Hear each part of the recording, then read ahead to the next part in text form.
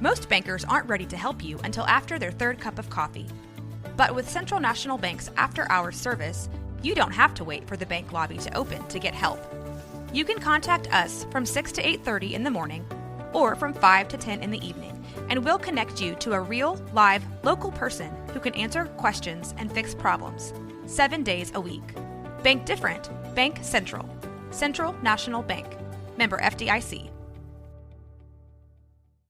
Hey, what's going on, Trailblazers fans? This is the Blazers Edge podcast, part of the SBNation network. I am Dan Marang, your co-host. As always, just a quick reminder, you can find us on Stitcher, on iTunes. Make sure you like, make sure you subscribe. That way you can always be up to date and, find your Blazers Edge and Blazers Focus whenever you need it. As always, I'm joined by managing editor of Blazers Edge, Dave Deckard. And man, it's been a busy week.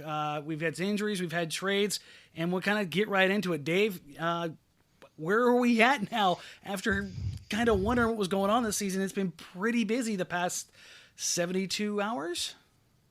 We are down a Plumlee and up a Nurkic. And I guess that works out okay. I think it's a good move. I mean, given the team situation, this would not have been necessarily a great move with where the Blazers seem to be over the summer, but considering that the team is underperforming or regressing or whatever you want to call it, and it looks like any advancement in the playoffs and perhaps even making the playoffs is just a fond pipe dream. This would be the kind of move you need to make. Why? Because you were not going to sign Mason Plumlee again. You would double or triple between 2 and 3 times his salary. So basically, he was going to become a restricted free agent. Somebody was going to offer him $13 million a year, and you were going to end up paying $50 million in real dollars. Cannot do that. Don't care how much you like him. Don't care what he did. I mean, you would swallow hard paying that much real money for Hassan Whiteside. You cannot pay it for Plumlee. So they basically dealt him because they weren't going to have him back. Given that, getting a first-round pick was a huge bonus, and they got a Nurkic on top of it. So I think they did pretty well. How about you, Dan? Yeah, I mean, you throw a Nurkic on top. I mean, that makes everything better. I don't really know what a Nurkic is. But add a little Nurkic to everything. Yeah, I mean you're having a bad day, just Nurkic. Yeah, that's kind of how I'm rolling with it. I mean, he was wearing. I get this. I'll tell you, Dan. This is what should happen. It's like just Blazer fans just walk and fist bump each other and just go Nurkic. Make your day better. I mean, it's the rallying cry of the season now. Nurkic. It's when you look at this deal, and I've kind of talked about it a lot over the last couple of months. Mason Plumlee was a sunk cost that you weren't going to be able to retain. So the only way to get anything out of him was to trade him before the deadline. And that's exactly what Neil O'Shea did. Now, Neil O'Shea put himself in that position to where he had to do that, but you have to compliment him for what he got out of this. I know a lot of people didn't think he would even get a first-round pick, let alone a decent first-round pick. Right now, that pick could be anywhere between 17 and 23, depending on how the Grizzlies finish out the season. That's not bad. Not too bad. And also you think about combining those picks and moving up, which is something that's always said. But, if somebody a few spaces higher thinks the draft is fairly flat, you got a chance. And remember, the Blazers have been pretty close to a couple of spectacular players in a couple drafts, and this draft is supposed to be pretty good. So, I mean, worst case scenario, you hope to replace some of the mid-level guys that you already have with cheaper mid-level guys from the draft. But there's a possibility that you could do something with it. Of course, it's always dangerous with the Blazers talking about possibilities because there are far more possibilities than actually moves that pan out. But yeah, I, for one, was surprised, as you know, that Denver would give up Nurkic, let alone Nurkic in a pick for just Plumlee. I mean, one, they may have, I guess they really value Plumlee, but looking at the numbers, I mean, the two aren't that far separated. It's not like Plumlee is head and shoulders above Nurkic, and he's going to cost more in about 4 months. So I don't know. I wonder if they just didn't want the guy out. Yeah, and that's what we're kind of hearing about coming out of Denver is that may have been some personality conflicts or butting of heads, and we'll talk to Adam Maras from Denver Stiffs here in a little bit about not just Nurkic as a player, but kind of what he's been in that organization and his time there. The fact that Neil Olshey was able to get both the pick and a guy that is essentially, if we go back in time here, this is Mason Plumlee 2.0. And I'm not talking about the player, I'm talking about the situation. The Blazers gave up, what was it, the 23rd or 24th pick for Mason Plumlee. So if you're talking about Mason Plumlee right now, in the basketball sense of things, Neil Olshey is a house flipper. He bought the property, he flipped it for another big that has potential, it's on a controlled contract, and he got a pick. So if you're looking about asset for asset, you could call it an improvement because you didn't know what you got in Mason Plumlee before, and what he turned into was probably better than what they anticipated. So they were able to take that and turn it into two things. So I think in that aspect, you got to kind of give Neil Olshey a thumbs up on that aspect. Yeah, I mean, this is a typical Portland deal, right? For the circumstances they're in, this is great. But it doesn't change the circumstances they're in, and those circumstances are not ideal. So, and those circumstances were self-created. Yeah, I mean, there's that. So, I mean, we won't belabor that. But look, in isolation, this is every Neil Olshey deal, basically. In isolation, this is a good move. The same way in isolation, taking a step away from the cliff is smart, right? Get a little farther away from it. How many times have you had to leave the cliffside now, though? At some point, you got to question the overall strategy. But now is not that time. I mean, again, this is a good move. This is what the Blazers should have done in this circumstance. And this is better than I thought the Blazers could do in this circumstance with this team, with Denver. So, hey, I mean, thumbs up in that sense. Now, let's talk about Nurkic particularly. I mean, the guy's 7 foot tall, 280 pounds. Okay, so this is a big he's 280 boy. like I'm 220. Yeah, okay. Yeah, and cruising upward. I mean, have you seen his dad? Oh, man.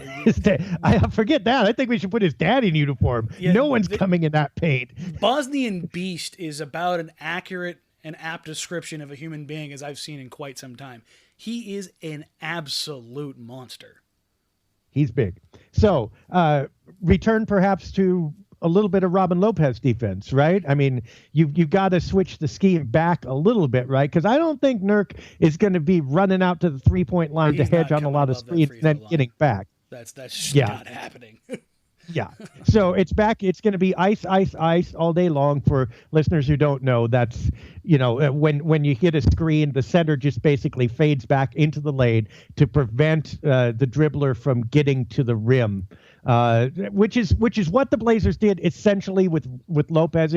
They switched that up a little bit toward the end, but mostly you're going to see Robin Part 2 space eating in the lane. The guy's not a shot blocker. He's going to get more practice in Portland probably than he did in Denver. But he's not necessarily an intimidator with his skills, with his, what would you say, aggressiveness, instinct, but that body makes up for a few sins. Okay, I've got to back this up. Did you just say ice, and not follow it up with baby? Because I'm so disappointed right now. I was like, oh man, is he really going to work Vanilla Ice and Glacial Pace about Nurkic and the Simpsons? Yeah, he fell short on both. So sorry. I was trying. This is about Nurk. This is not about me or my sense of humor. I want to. As long as Nurkic doesn't turn out to be, just incompetent in the lane. Yeah. Okay. No. Don't. Oh no. You did not. That's party foul. You cannot say that name on this podcast. No. Man. He's better than that. But then that bar is underneath the ground. You can fall down on your face and still clear that bar. That bar's like a gas line. Yeah, he's not that. So look. This is going to change a little bit probably of what the Blazers do on defense, but what they were doing on defense wasn't working. It wasn't my worry. Yeah, okay. That also is an understatement. But my worry is that, okay, so Nurkic is in there. what's he going to do? And I'm curious to see. If when he gets the minutes, when he gets the role and responsibility he wanted in Denver but did not get, will he live up to it? And will this make Portland's defense look better? This guy, the best adjective I could find to describe his defense was spotty. Now, he's not being brought over to be a savior. I don't think anybody thinks he's going to be that. But he needs to be a little bit more than spotty in order to have any effect on this team, I think. Yeah, I honestly, just taking the trade and who won and who got what out of it, I'm legitimately excited for Nurkic because he's a 22-year-old big who's a legit 7-footer who eats space. And if anybody's been following me for a while, I kind of go back to some of these throwback guys that are just big dudes. There's just something to be said. Everyone wants to talk about how the NBA is getting more athletic and more mobile, and there's positionless basketball. And the one thing that distorts all of that is size. If you've got somebody that's just a big dude, there's nothing you can do. There's no amount of speed or quickness or switching that you can come up with that's going to combat 7'1", 300 pounds. It just doesn't happen. The Blazers were playing kind of a little bit positionless. I mean, Plumlee was the center. Okay, he was in the middle of the floor. He was passing the ball. But he wasn't exactly a traditional center, and they certainly were trading on quickness more than size, mobility more than size. They had no size, basically. But the problem was positionless became defenseless for them. So it can't be worse. There's a whole lot of less there. Yeah, and Nurk gives them something that they did not have, and they traded away a fine specimen of what they had a lot of, but certainly not the only guy who can move around. Now, Plumlee was the only big who can pass like that, probably, although Myers Leonard is not shabby.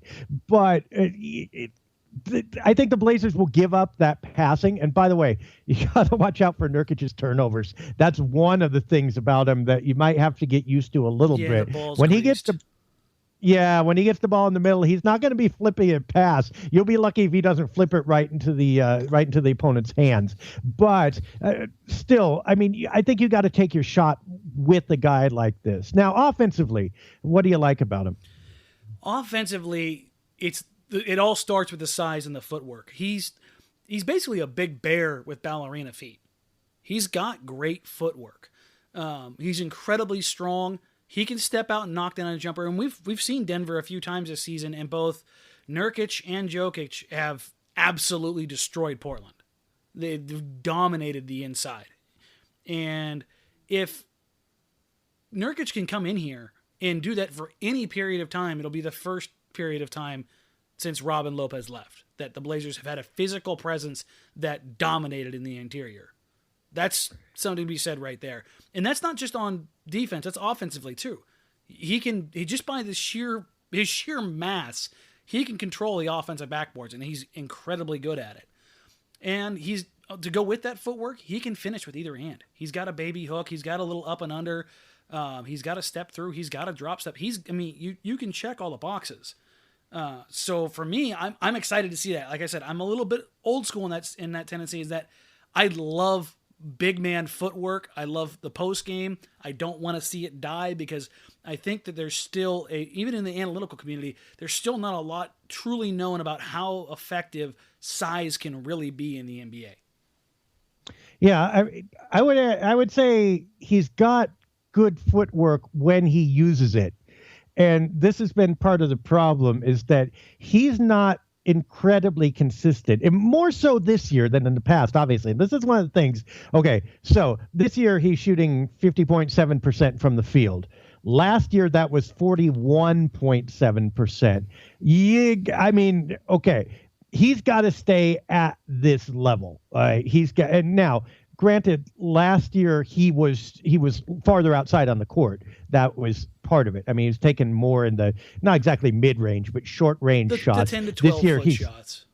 Yeah, this year he's closer, right? And he will be able to be for the Blazers too. So and shots off offensive rebound, obviously huge. So we have no problem just as we had with Plumlee. When he's 3 feet from the hoop, this guy is going to be fine. The question is consistent scoring from a little more range so that he can be an offensive threat that draws attention so that now the perimeter players have more room to work. If he can concentrate, if he can play with confidence, and he can employ his natural gifts and his footwork, I think he has the potential to put some pressure on the opposing defense. But if he turns into an inconsistent turnover machine, then the Blazers are going to be stuck because the Plumlee was a hidden outlet in the offense. You didn't see the numbers that often, but the Blazers knew they had one more guy they could throw to who could at least move the ball, if not put the ball in the bucket. They do not have that with their other wings. Their other wings are a little bit dead space. Now, Evan Turner's not, but like Al-Farouq Aminu, you do not expect much good to happen when he catches the ball unless he's hot. Mo Harkless, a little more, but he's still not going to be a facilitator that much. And a lot of the other bigs, not as well. So, look, you've now lost one of your outlets in the offense. Nurkic doesn't have to replace that, but he can't be entirely a black hole, and he can't be unproductive.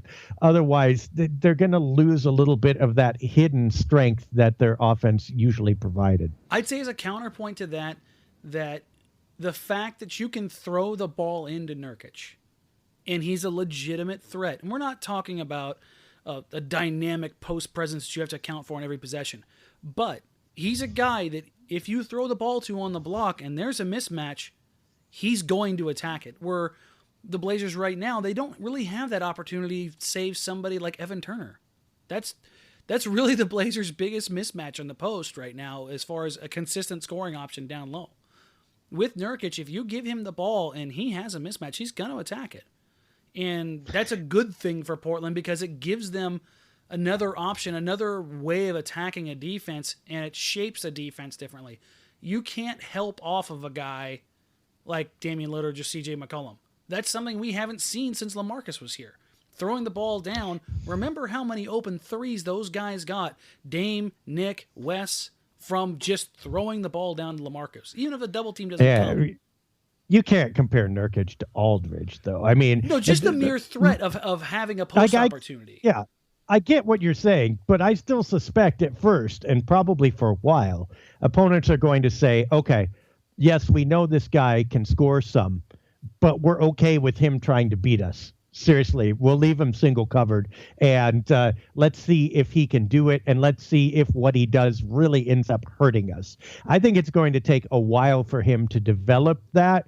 Now, if he does, obviously that's fantastic, and that's part of what this is about, right? This is about potential. This is about a 22-year-old, and if as a 26-year-old he's become that guy, obviously the Blazers did very well, but I don't expect him at 22 to be able to handle that. And frankly, I don't expect opponents to respect him that much at first. I think there's more potential for the offense to suffer in the short term than to prosper in the short term. Not to say it can do either, but if you're asking me odds, I think it's going to be a little more of a struggle than it is an easy transition. Well, the way I look at it is, it can go one of two ways. It could be that they dare him to score. Well, that means that he's getting single covered. And that gives him the opportunity to grow and develop in that post game. Or that the defense sags down a little bit, which gives something to Portland they haven't had in the last couple of years. To me, it's not necessarily about comparing him to Aldridge or not, or how successful he is. It's just another wrinkle that Portland just hasn't had. They the least amount of post-ups in the entire league for the last two seasons. I mean, and people can argue analytics about how effective that play is or not. It's not necessarily always about how effective the play is as it is about shaping the defense. And that, to me, is the most important aspect here. Yeah, he has the ability to bend it in a way that other Blazers did not because they were real similar. I mean, they had different skills, but look, Ed Davis, Mason Plumlee are not going to give you that many wrinkles. Myers Leonard does, but then he hasn't been producing. Al-Farouq Aminu cannot go down there in the post. I mean, at his best, he's probably shooting threes. So you're right. You haven't got, it's like you have Einstein's gravity. You haven't got that gravity well down there in order to bend the defense. Still, if I'm the defense, I'm just not bending. I'm looking at him and saying, yeah, go ahead. Take shots from Lillard and McCollum. Let's see. Let's see if you can put him in. Let's see what happens. And by the way, I'm going to try to turn you over. I'm trying to get in your head, and we'll see how it turns out. But basically, my message would be, don't judge this trade off of Nurkic at 22. Judge it off of him at 24, 25, and we'll see what happens. And speaking... Any big man, if you're talking about that, I mean, unless they're a transcendent big, it's just not going to happen immediately. Yep. And that's the thing is that, and that's what Portland's put themselves in a position to do again, is capitalize on another young big. So we'll see. Well, that's one way to look at it. The other way to look at it is the Blazers have had to reset a little bit and will probably, in order to keep their payroll sane, have to reset more, because they're still, this does not solve their luxury tax issue, really. It might keep them tiptoeing the line if they make the right moves. I think they still have to dump salary. We'll look into that. It'll keep them off the repeater, I think. I'd have to take a look. Yeah, exactly. We're literally splitting dollars here at this point, though. Yeah, exactly. They are so close that, and we'll have to see where that line is, frankly, too, when the new cap is set for sure. So, look, this doesn't solve their problems. What it does is it delays them. You don't lose Plumlee for nothing, and you get a much cheaper contract, which is, frankly, part of what this was about. But it's a reset button on a scheme that did not work in this generation to all apparent views. I mean, look, you have Lillard and you have McCollum. They're obviously working out. Nothing else is really working out for sure. At least not that well. And so what this is kind of a bailout. Like, okay, let's get rid of the old, let's recycle and buy another 3 years. The problem with that, of course, is Lillard and McCollum are not staying still. They're getting older. So when we talk about Nurkic at 25, now we are talking about Lillard and McCollum starting to, 28. Yeah, and later, it takes him 4 years, as you say, to develop a big, and they have to reset their forwards in similar ways. You better help these bigs develop pretty quick, because you're going to run out of contract and you're going to run out of prime. You're going to run out of Lillard. Yeah, it seems weird to be talking about that, but we're getting old. Dame is not a young guy anymore. He's starting to be a full-fledged player. So you can't keep resetting beneath him. Yeah, I mean, when you're talking about a 4-year guy who's entering his 5th season, yeah, it's pretty crazy how fast that can go. It's all of a sudden. Yeah, and contract. Yeah. Contract. His contract does not last forever, as long-term as it was. So let's wait 4 years. Damian Lillard does not have 4 years to wait, neither do the Blazers. Yeah, no, and that's really the interesting point here. I think that while as much as I'm excited about the arrival of Nurkic, the one thing that I've always harped on is keeping that cupboard stocked. And that draft pick, to me, is as equal, if not more important to the Blazers' future for the long run than Nurkic. Nurkic may have the potential, but because the draft pick is such a, it's not necessarily tangible, but such a fluid asset in that it can be used in so many different ways, and you kind of got it in your back pocket. That to me, that the fact that they were able to get both those out of this deal kind of makes me give this the 2 thumbs up deal, or 2 thumbs up for the entire deal. Yep, circled back around, and Denver's they've got a screw loose. But let's actually ask our guest Adam Morris from Denver Stiffs about that. Let's cut over to him and see what he has. And now we're joined by Adam Morris of Denver Stiffs. He is the stiffest of Denver Stiffs, and my good friend. Adam, how you doing, buddy? Man, I'm doing very good. I'm actually doing excellent because I'm at Pepsi Center right now, actually. The Nuggets just got done wiping the floor with the Golden State Warriors. And my favorite Nugget of all time, Nikola Jokic, put up 17 points, 21 rebounds, and 12 assists. His second career triple-double, his second triple-double in 2 weeks, and just an incredible game. So I'm as good as can be. Well, while we're talking about, all the itches tonight, Jokic and Nurkic, I should point out to everybody that is aware of the impending doom that Jokic is wrecking on the NBA.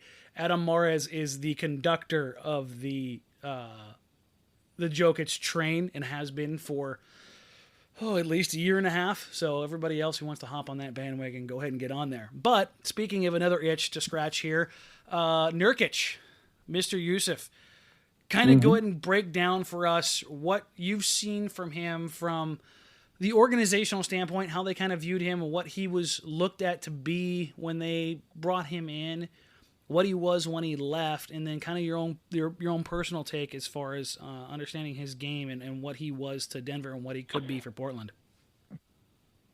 Sure. Well, Nurkic is kind of your classic case of a guy that has a ton of potential, and you see exactly all the stuff that could make him, a top 10 center in the NBA. And he's a guy that just, whether it was circumstance or personality fit or just a series of things, has kind of prevented him from that. But he certainly has a lot of upside. The funny thing, and I don't know how much, Portland fans are just getting to know him, but his story is a hilarious one because he was discovered when his dad, as a cop, beat up like a dozen different guys all at the same time, 7 feet tall, 400 pounds, very intimidating Bosnian-looking dude, beat up all these guys. And when the newspapers came, there was somebody there that said, "Do you have any sons?" And he's like, "Yeah, I do. I have this 14-year-old." And they're like, "Well, if he's half as big as you, we got to get this guy started practicing basketball." They went and found, Yusuf Nurkic, and he was enormous, and they started training him, and next thing you know, he's in the NBA. So he's this massive, intimidating dude with this ridiculous backstory about how he got playing basketball in the first place. I mean, this is basically like Bloodsport. That's fantastic. Yeah, right. Yeah, it's actually like one of the coolest roads to the NBA ever. His dad beating up these guys and then being discovered. But to get onto his skill set, on the defensive, he's more of a defensive guy than he is an offensive guy. Although I do think he has some skills to be both. And as a defensive player, he's 280 pounds, 7 feet tall, and really light on his feet. Surprisingly light on his feet for his size. He can really move left to right. He's got great timing and anticipation. That's why he blocks shots so well. And he really has this arrogance about him that is both good and bad. The good part of it is he goes toe to toe. His rookie season, he went toe to toe with guys like DeMarcus Cousins, Marc Gasol, and even in games would get the best of them over quarters just because he would kind of get in their head, get under their skin, and he's just kind of a fearless defender in that regard. He's got some weaknesses on the defensive end. He fouls a little bit too much. I think a lot of centers that are really skilled tend to reach a little bit too much and things like that. He's an incredible rebounder. He's the type, 280 pounds of solid muscle. This is a guy that you can't move off the block if he gets spots. So when he rolls to the basket, if you don't prevent him from getting to the rim early, he's going to stake out that spot, grab the offensive rebound, and just kill you. Or even on the defensive end, if he gets his backside on you, you're not getting around him. He's just holding his spot there. So basically, he's a bigger Zach Randolph in that aspect. He is. That's actually not in that aspect alone. He's a lot like that, and he's an anchor. The only guy I've seen push him off of the spot is Andre Drummond. I saw Drummond kind of hip check him and move him, and I think that's the only time in 3 years I've seen somebody move him off of his spot. He is just a beast. Move him, not uproot him or get him out of the way. Just move him. That's basically two glaciers running into each other. So I wouldn't be surprised if I know Portland can be pretty conservative with their offensive rebounding. I think he's the type of guy that you don't really need to send a bunch of guys to the glass. You just let him kind of go there, and just by his sheer size, if the ball bounces his way, he's going to grab it because you just can't move him off the spot. So I do think he can be a good offensive and defensive rebounder for the team right out the gate. I think that'll be the one skill that he never really lost or never really kind of had ups and downs with. When he was on the court, he was a very, very good rebounder. Offensively, you want me to go into some of the offensive stuff? Yeah, please. Portland's been exposed to him in the sense that he moved Mason Plumlee, Ed Davis, and any other big body that the Blazers threw their way in the games that they've played against Denver this year. But they never, I don't think anybody really understands what he brings offensively, because they were just kind of blown away by how just physically they were manhandled by Nurkic and Jokic earlier this year. Right. So here's my scouting report on him. He's got a pretty nice jumper from the elbows. He doesn't get a lot of lift on his shot, as you can imagine, but he's got pretty good touch from 15 feet that with confidence and with the green light to shoot it, I think he can be a very reliable elbow shooter.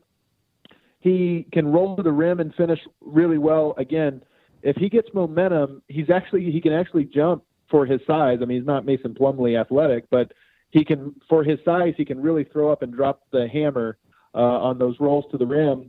One of the problems he has is that he takes the ball up really, really, really timidly sometimes for his size.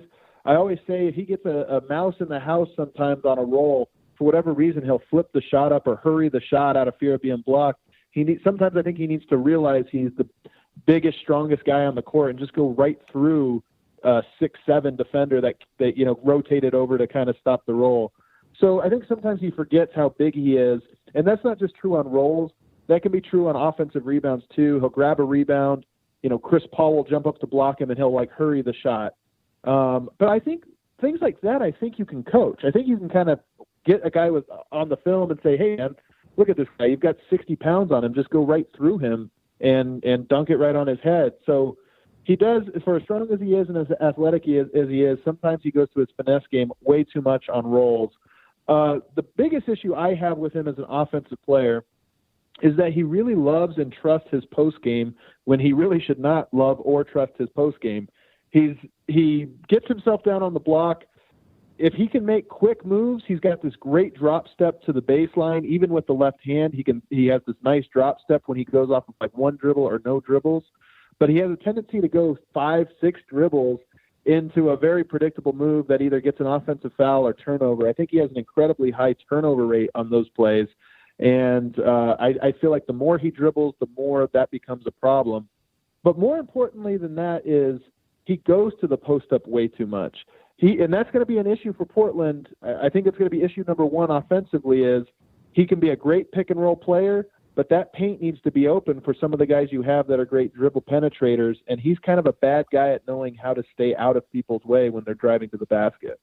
Something that Dave and I were talking about earlier is that, and this is kind of one thing that I was looking at in particular, was his ability in the post, while it may conflict with the floor spacing in the scheme that Denver ran, the lane for the most part in Portland is pretty much open all the time. And so throwing a post presence in there for really the first time in a while could be a wrinkle that does wonders for Portland. I think that where it could be it could be one of those things where it could be a total conflict of interest, or it could be a diamond in the rough kind of a deal where they may get more out of this because it's just not something they have. I mean, we were talking about it earlier, and that Portland's run the least amount of post-ups of any team in the past 2 years. I mean, they just don't do it. So just by virtue of having him there, do you think in the sense that could maybe giving him the green light in those areas could help his growth, or do you think it could stunt or not affect it at all?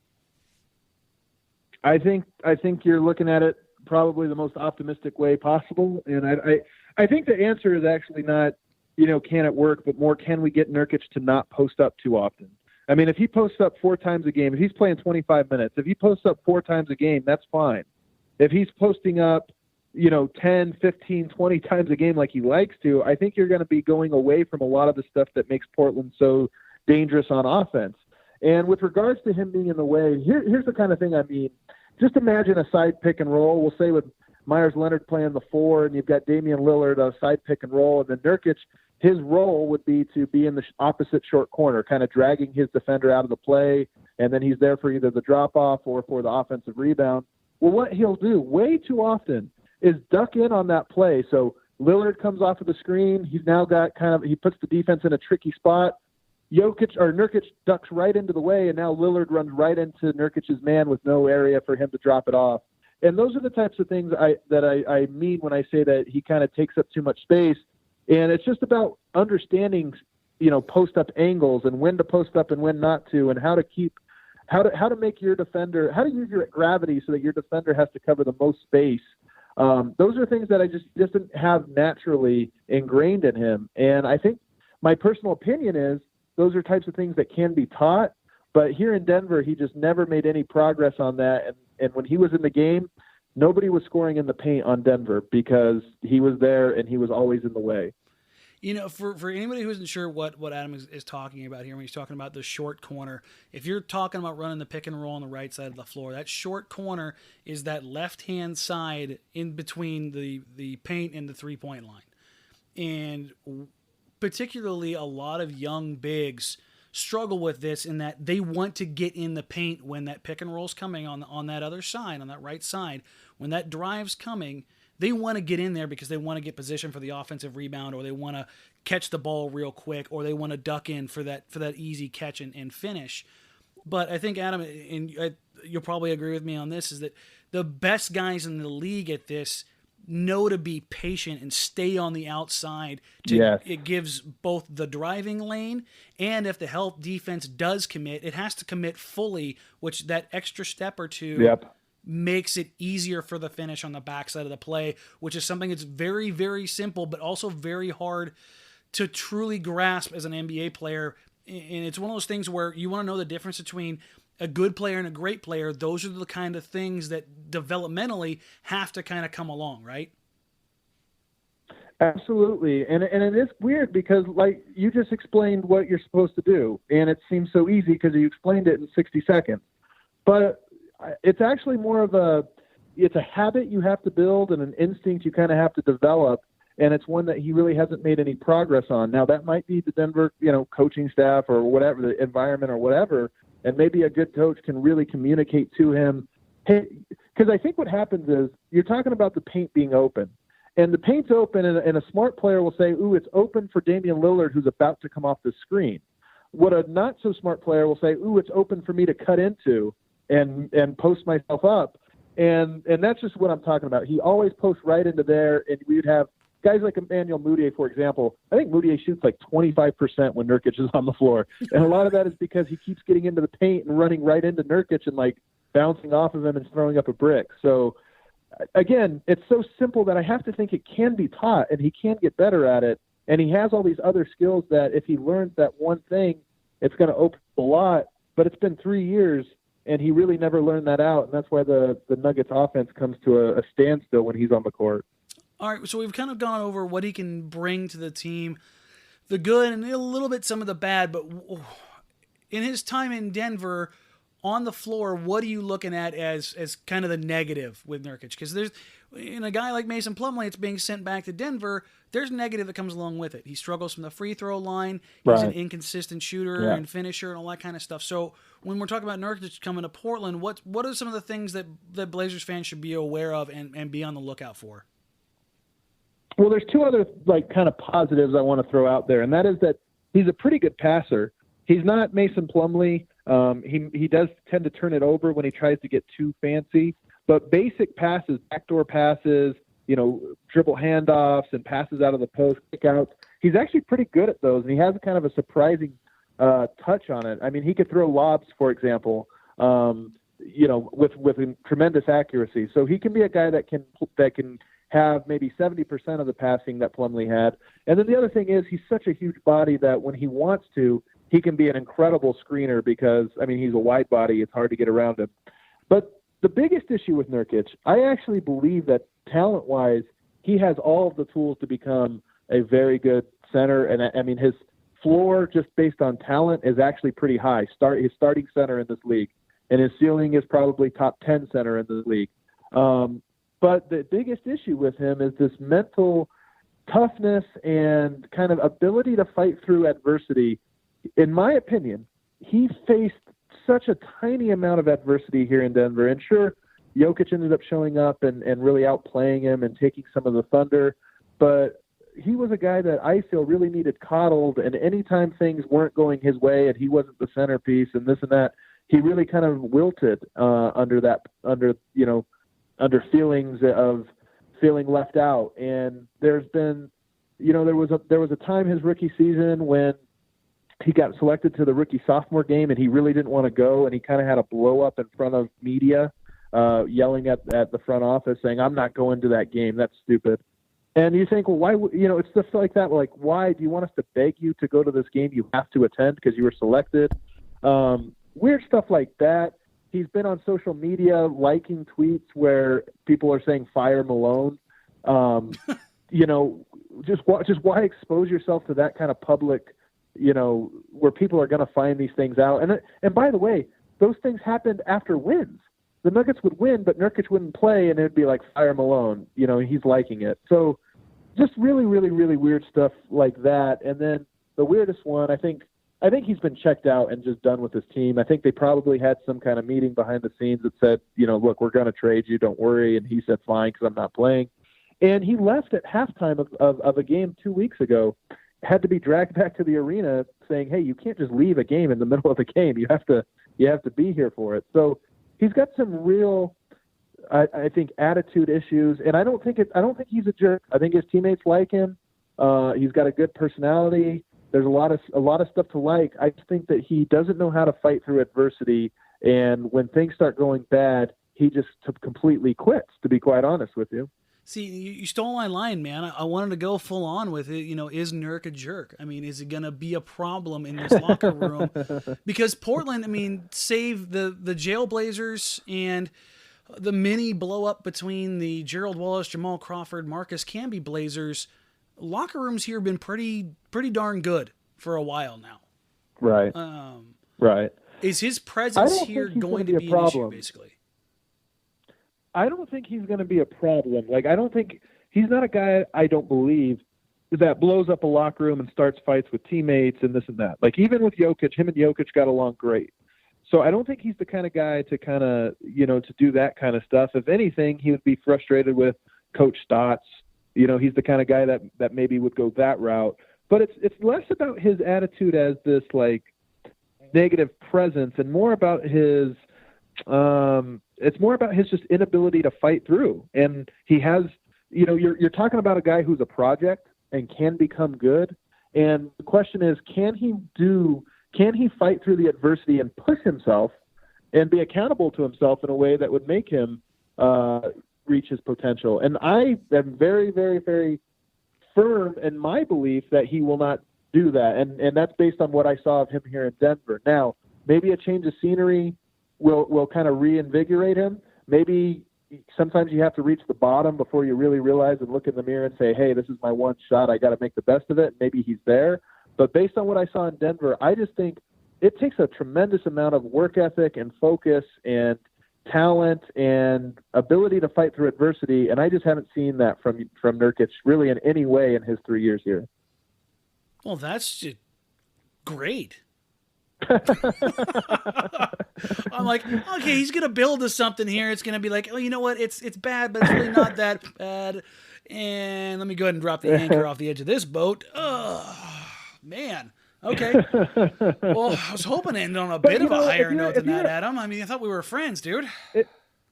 If you're a Portland fan, I think you look at that and say, these are intangible things he's talking about, and they are. And I don't know Nurkic.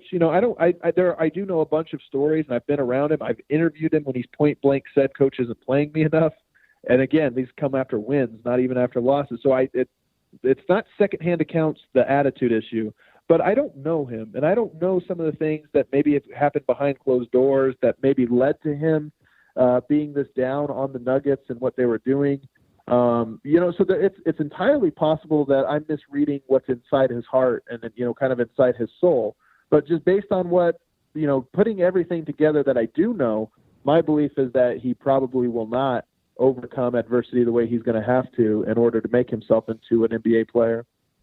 Well, there you have it, folks. The glowing praise from my friend and basketball savant, Adam Mares.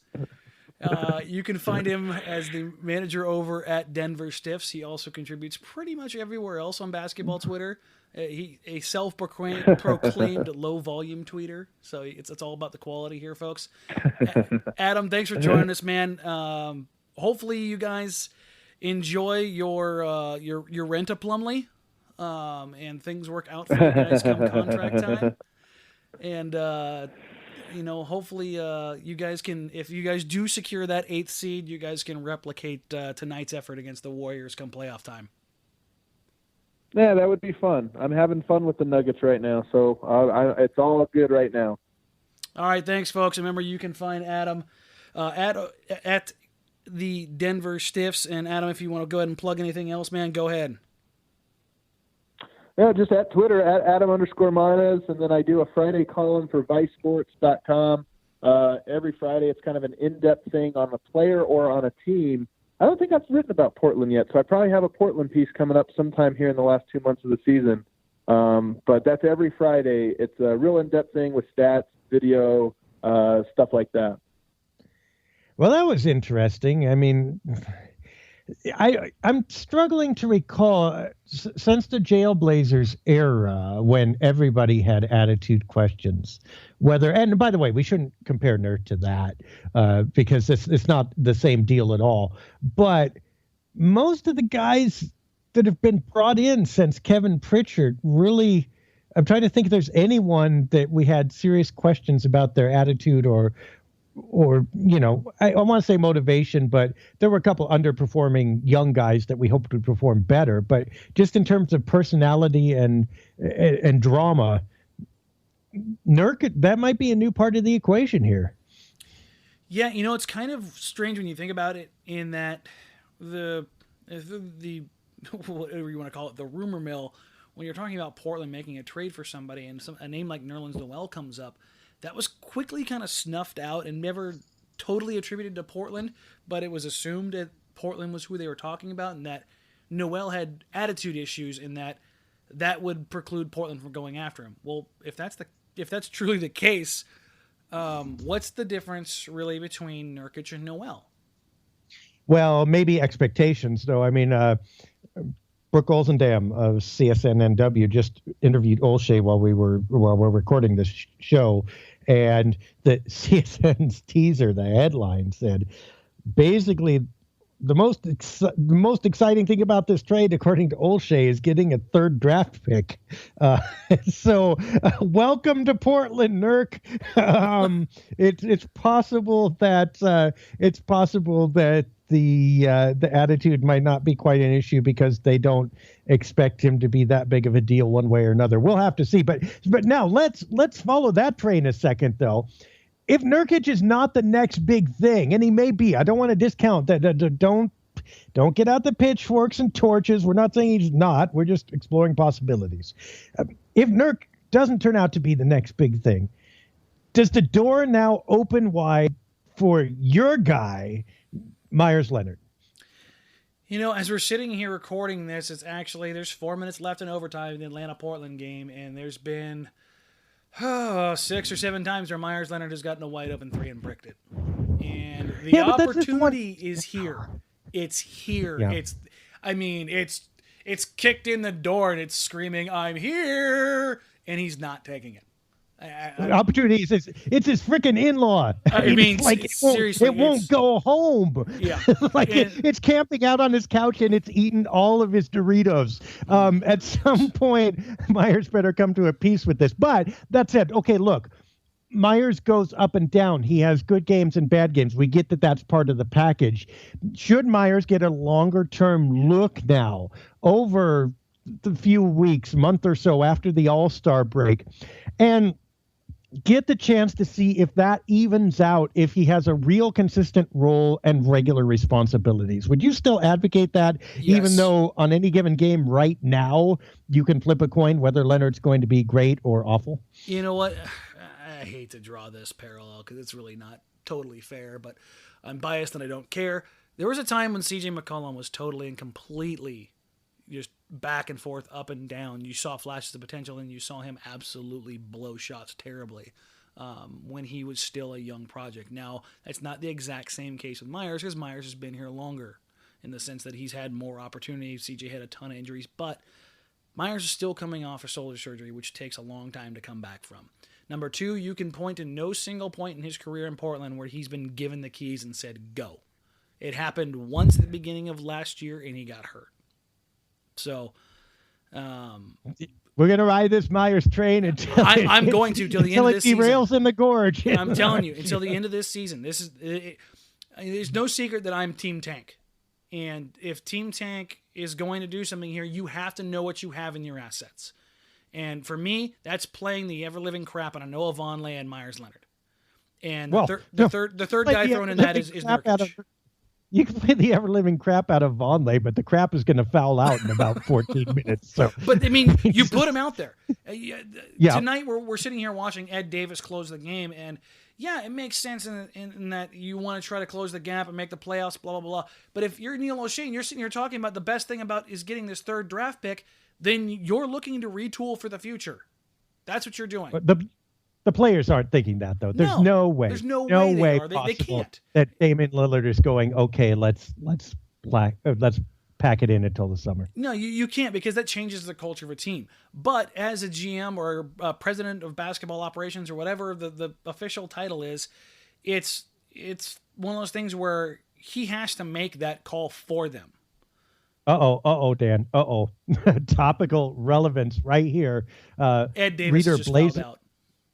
Okay, so you got your topical relevance. This is what happens when you podcast live during a game, when a trade's breaking and all that stuff, folks. So, reader Blazer tag under the Neil O'Shea interview with Brooke Olzendam that's posted on our site, and of course, Brooke with CSNNW. Wonderful job she does. We love Brooke, right? I mean, yay, we're all Team Brooke, right? Yes, Brooke is fantastic. Yeah, absolutely. Okay. See, there's something we all agree on. You know what? With those 3 draft picks, the Blazers should just draft Brooke all 3 times. So anyway, reader Blazer Tag has a quote from O'Shea, and I've not heard the entire interview because we've been recording, but we will assume he's telling the truth. From O'Shea, I think we've done a very nice job in the draft so far, drafting guys like Dame, CJ, and AC, Alan Crabb. And Blazer Tag says, anyone notice there's someone he left out? There's a lottery pick missing in there somewhere. There is a lottery pick missing in there somewhere. Wonder who that could be. Right on cue. You go to Team Myers, and then here comes O'Shea with that. Well, you know what? You know why? Should have traded up for Andre Drummond too. But again, may not have been possible. But that may go down in the glaring mistake when they were talking anyway. Since we're doing this kind of a live thing, Myers Leonard just closed out on Paul Millsap and stripped him as he drove. It's a 3-point game with less than 2 minutes. Myers, don't fail me now. You got 1:40 to prove yourself here, big fella. And I will say this, just on the topical Myers Leonard, his shooting has been absolute garbage tonight, and it's been beyond frustrating. But defensively, he's been fantastic, and the Blazers haven't really done him any kind of service as far as bailing him out when he does go to help off of somebody getting torched on a straight line drive or a pick and roll from the perimeter. I think a lot of times people see a lob on the backside, just like Dwight Howard when Dennis Schroeder is penetrated and Leonard stepped up, and they see that as Leonard's failure. No, it's 2 parts of failure. It's a failure of the perimeter defender to corral the driving point guard, and it's the failure of the backside defender to not get over and get a body on somebody like Dwight Howard, who you know is going to roll to the rim. So that's my basketball frustration level right now. Portland centers are just freshly washed sheets. They get hung out to dry like all the time by their guards. That said, that's funny because this entire listening audience is now like a day into the future at least, and they're probably laughing at your Myers because they know that he blows it at the last play of the game. There's like a dunk and he's gonna put it off the back rim or something. Anyway, don't do that to me. Well, I mean, let's talk about like non-Myers options.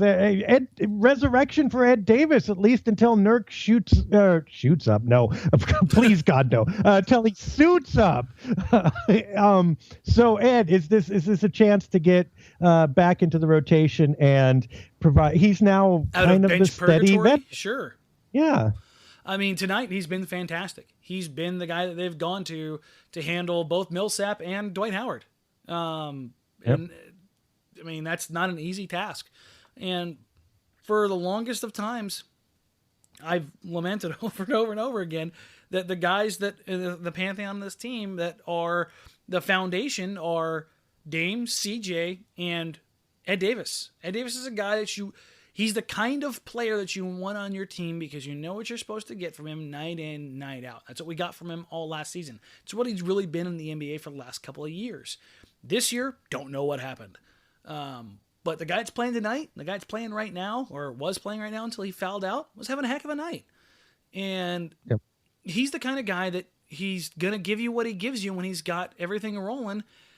And I think a lot of NBA fans in general overlook that kind of player because they think that they're so easy to find. They aren't. Those kind of guys are in short supply, and they stay in the NBA a long, long time because of what they can do. And they do it so consistently. Maybe this might be the best epitaph on Plumlee, and I think I like Mace. I mean, I like what Mason Plumlee did. I respect what he did on the court. I respect the attitude he brought. At the same time, feel like you're missing anything right now? Obviously, like we said earlier in the podcast, you're going to miss the passing. You're going to miss a couple things that nobody else will provide. But Ed Davis, Myers Leonard stepping in, do you feel like you've really seriously skipped a beat?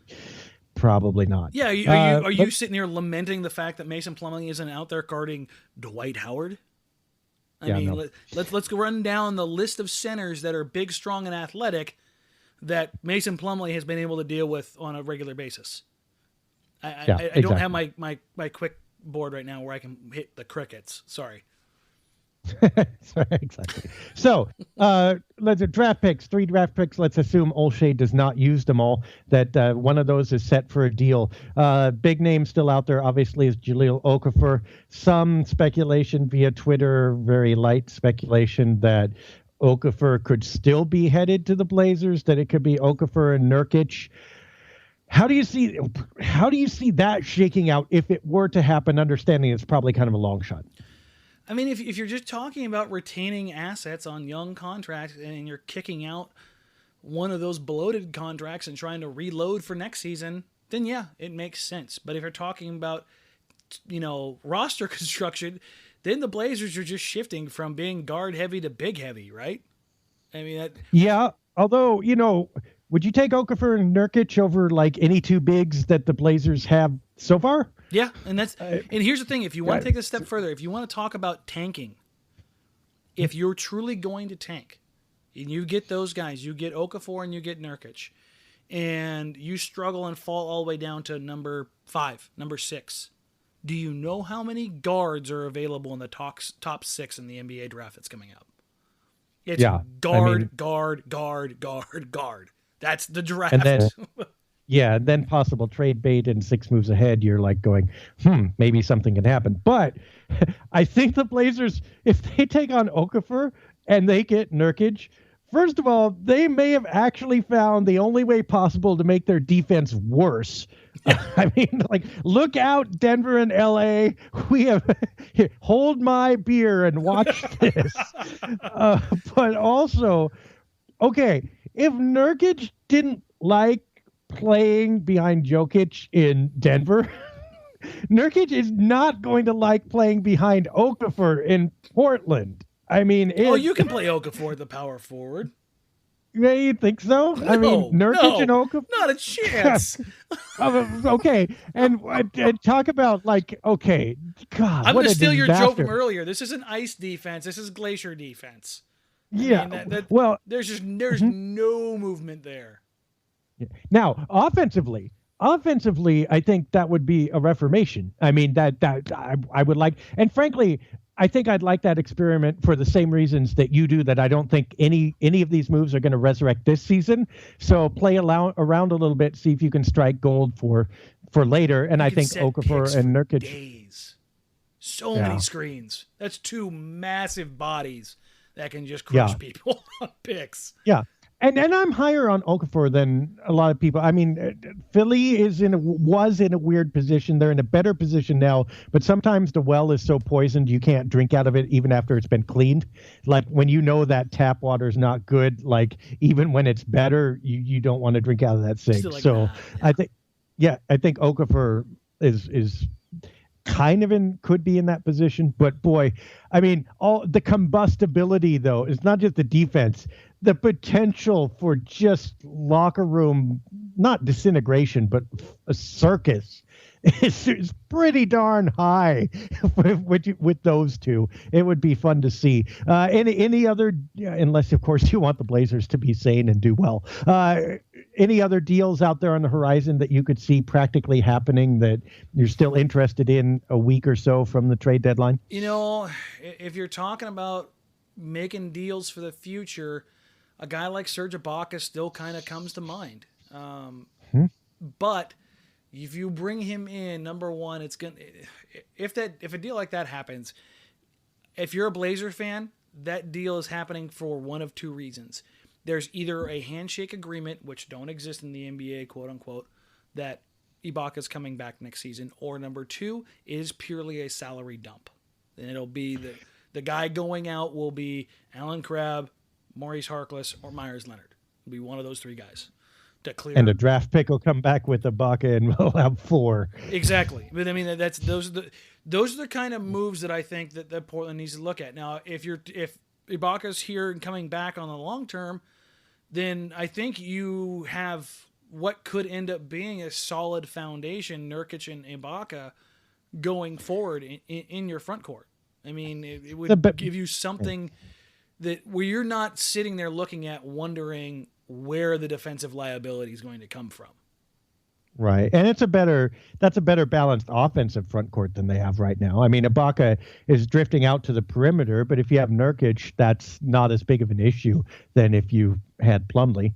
So, I mean, I could see that working, but I mean, would you not have to go Dr. Evil on the salary roll? It's like $1 billion. Yeah. I mean, that's what you're looking at. And that's the thing is if that move is going to be made, I think you kind of jeopardize perhaps the idea of tanking, because Ibaka's a good player. And if you put him out here to play, he's going to be here for the long haul. You got to play him to build it up. That's essentially what the second half run is going to be for. And you're not going to lose as many games as necessary to get into that top six. And now Portland's right now at number 11, but they're 4 games outside of a top 4 pick. 4. Oh, that's it. 4 games. It's real easy to drop some games. Right now, Atlanta's up 105-104 with 6.4 seconds to go. By the time you're listening to this, you're probably sitting there going, "Why did you remind me?" Or you're sitting Give the ball elated. to Myers. Give the ball to Myers. Okay. So here's the deal. When was the last free agent, Portland's or anyone else's, that was not in any way restricted or coming off a rookie contract and et cetera, and was actually desirable around the league, who had any confidence in Portland? I mean, this is what you got to worry about with Ibaka, right? But you're pulling him out of Orlando.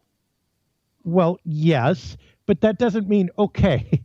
If I pull you out of an open cesspit, and I say I have one in my backyard too, you're not going to jump into it. Hey, you know what? We can use Maurice Harkless as a character witness. Okay, he's experienced both as well. And Maurice, RFA or not, or signed late or not, I bet you he'd say that his experiences in Portland are better than his experiences in Orlando, and would convince Mr. Ibaka to join. With all due respect, Mo Harkless, as much as we like him and as much as he's given the Blazers this year over and above what he could have, is not Serge Ibaka. He's not in the same stage of his career as Serge Ibaka, nor does he have the same cachet, and nor does he have, frankly, that many choices. I at this point, I would have basically zero confidence that the Blazers could convince anyone to re-sign. And I know all of you are going, you were talking about Cousins. I'll take the chance for DeMarcus because A, I think DeMarcus is a little crazy, and B, his level of talent would be worth it. But Serge, I bet he would just say, yeah, I'll think about Portland. Leverage. Now I'm going elsewhere. Just go ahead and Chandler Parsons that one. Yeah, ouch. Oh, no. Well, the Blazers needed a score at the end of overtime, and they gave one to Atlanta instead. Apparently, that's the end of that. Was it Myers' fault? This was not Myers' fault. They ran out of timeouts in overtime and couldn't advance the ball. Yeah. Well, see, there's a bright side. Yep. Okay. So, I mean, Let the stealth tank era begin. Okay, so would I be excited about Serge, though, coming here and teaming up with this team in the short term and hope he would stay? Probably would at this point. Look, we had an article earlier this week. Dwight Howard, was he the one who got away? I mean, we just watched him clank 92% of his free throws tonight. Still, his team won, and Dwight Howard is measurably better than any of the big men that we have mentioned tonight, outside of that brief mention of DeMarcus Cousins. Apparently, rumor has it that the Blazers made an offer to him. Rumor has it that he went to Atlanta instead. More case for the Serge Ibaka don't do it file. Would Dwight have made a huge difference on this team, do you think? Yeah. That's the understatement of the year. He's a phenomenal screen setter.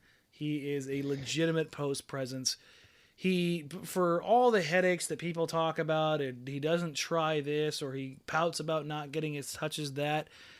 The Atlanta Hawks have the 5th best defense in the league right now. And while Al Horford and Paul Millsap were working together, they had a very good defense, but it wasn't this good. You pair a mobile, athletic, high IQ defender like Paul Millsap with a mobile, athletic, high IQ defender and shot blocker and rebounder like Dwight Howard, voila, defense. I mean, it's literally that simple. And people can say, well, yeah, Dennis Schroeder gets after it on the outside. Yeah, he does. Bazemore's an okay defender, but I mean, they throw a lot of guys out there. This was a team that featured Kyle Korver for long stints at times before he got traded. So, yeah, you can cover up a lot of nastiness when you've got interior defenders like those guys.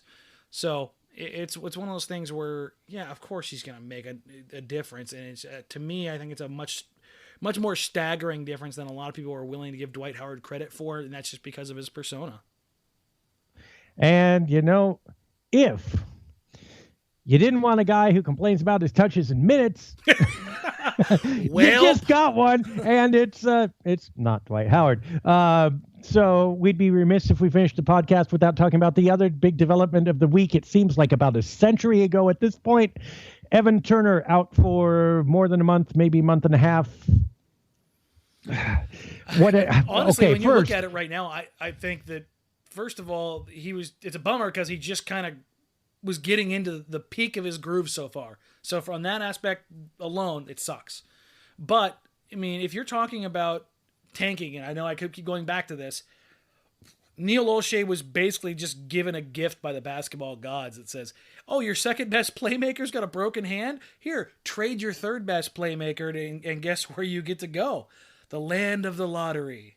And, I mean, it's literally that easy in my head. If I'm the Blazers, I shut him down for the rest of the season. Because even if he's back in quote-unquote 6 weeks, he's still got to rehab it. Everybody always wants to talk about when a guy returns or is healthy. That's when he's able to get back into basketball activities again. That's when he's able to start dribbling and using his hand and going through more than just the basic stuff. I mean, he's got his hand in a cast. I don't know if anybody's ever had their hand, wrist in a cast. It sucks. And when you get it out of it, it takes a couple weeks to build up the strength and the flexibility and all that kind of stuff back into it. By that time, you're looking at, mid to late April. You're in the playoffs when he's basically back to 100%. Why push it? Just shut him down. Just let him ride out the season, get healthy, get right, and move on with it for next season. Our own David McKay talked to Terry Stotts. name-checked Gerald Henderson last season, veteran, et cetera, et cetera. You have your choice. Contract irrespective. Let's not even talk about contract numbers.